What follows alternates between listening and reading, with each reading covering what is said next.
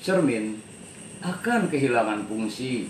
Yang pertama, jika cermin itu kotor, berdebu, berkarat, sehingga tidak bisa memfungsikan atau terfungsikan sebagaimana lazimnya.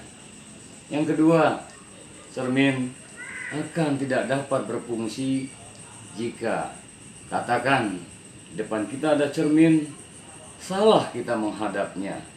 Cermin ada di sini, kita menghadapnya ke arah sana. Yang ketiga, cermin dia akan kehilangan fungsi, padahal bersih, sudah tidak ada lagi kotoran, tidak ada lagi karat.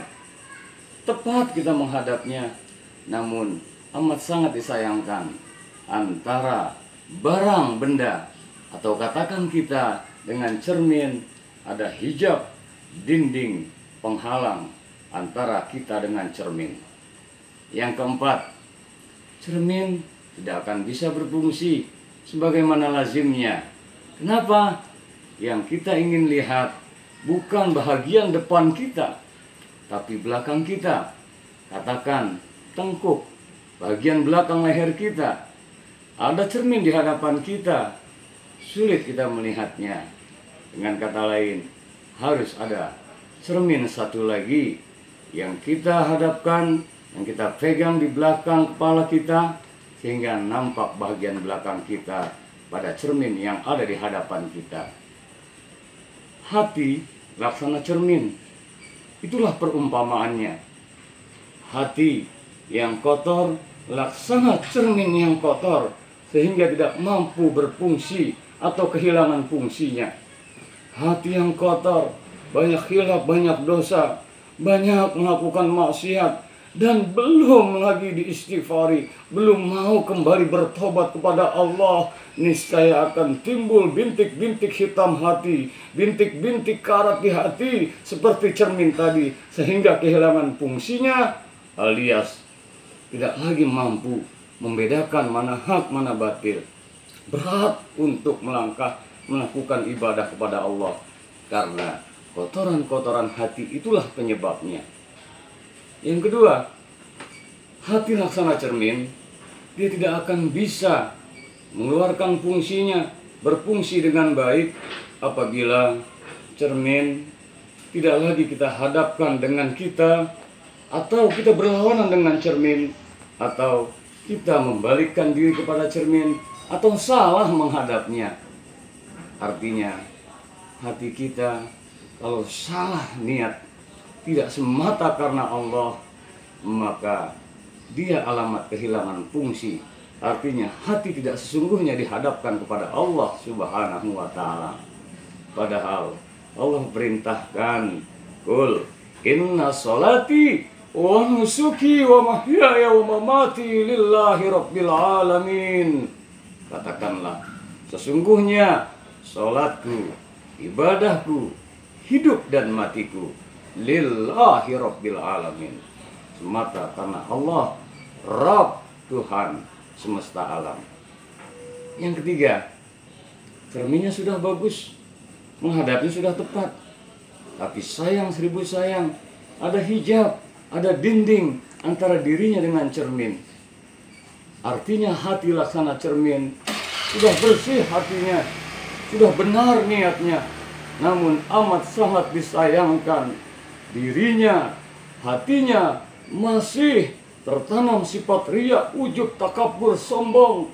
Hatinya masih berselimutkan sifat dendam, sifat hasad, sifat hasud, sifat dengki, permusuhan, ego, dan seterusnya. Sehingga dirinya lah yang menjadikan dinding antara hatinya dengan Allah Subhanahu wa ta'ala.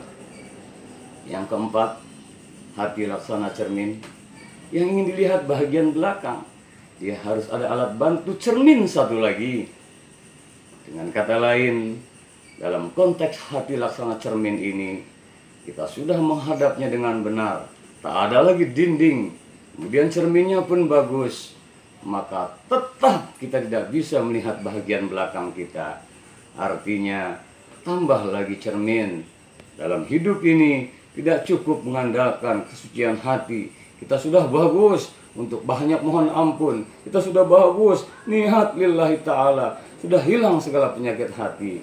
Namun jangan sampai fala tuzakku anfusakum, janganlah kamu mengatakan pada dirimu, beranggapan suci atas dirimu sendiri. Artinya kita harus belajar mengambil cerminan hidup lagi, cerminan hidup para nabi, para rasul, para siddiqin, syuhada, sholihin. Kita harus selalu mengambil sebuah cerminan lagi agar kita mampu secara menyeluruh. Udkhulu bisilmi kafah, masuklah kalian ke dalam Islam secara keseluruhan. Cermin yang satu lagi itu adalah kita harus mampu banyak muhasabah, introspeksi dengan menteladani Rasulullah Al-Mustafa, Nabi kita Muhammad Sallallahu Alaihi Wasallam. Tiada hari tanpa pencerahan hati. Hati melaksana cermin, maka agar hati kita tetap cerah, tetap berkilau, mampu berfungsi dengan baik, maka hilangkan segala kotoran-kotoran hati, dosa-dosa dengan cara taubatan nasuha, memperbanyak istighfar kepada Allah Subhanahu wa ta'ala. Yang kedua, hati laksana cermin, hadapkan dengan tepat kita dengan cermin, hadapkan hati kita dalam beramal soleh, hablum minallah kita, hablum minannas kita, semata lillahi ta'ala. Yang ketiga, jangan sampai ada hijab, dinding antara kita dengan cermin, antara hati kita dengan Allah Subhanahu wa ta'ala. Hilangkan aneka macam penyakit hati, lapangkan hati kita. Kita harus arif, adil, bijaksana. Kita harus bersihkan hati dari aneka macam penyakit hati. Yang keempat, dia harus mampu akan terlihat belakang kita. Kita sadar diri, banyak muhasabah, hasibu anfusakum qabla an tuhasabu. Hisab-hisablah dirimu sebelum kelak diadakan perhitungan amal, hisab atas dirimu. Teladani Nabi Rasul Al-Mustafa Muhammad Sallallahu Alaihi Wasallam. Semogalah cermin hati kita bersih, tepat menghadapnya lillahi ta'ala, hilangkan aneka macam penyakit hati, dan selalu introspeksi untuk kebaikan dan perbaikan. Semoga hati kita selalu dibimbing, dirahmati, diberkahi, diridhai oleh Allah Subhanahu wa ta'ala, sehingga menata meniti ridha ilahi, mengharap karunia ilahi Rabbi, insya Allah akan kita gapai ridhonya semata, mengharap untuk kebaikan dan perbaikan dalam bingkai ketakwaan, dalam nuansa ridha Allah Subhanahu wa ta'ala. Wallahul muwaffiq ila aqwamit thariq. Assalamualaikum warahmatullahi wabarakatuh.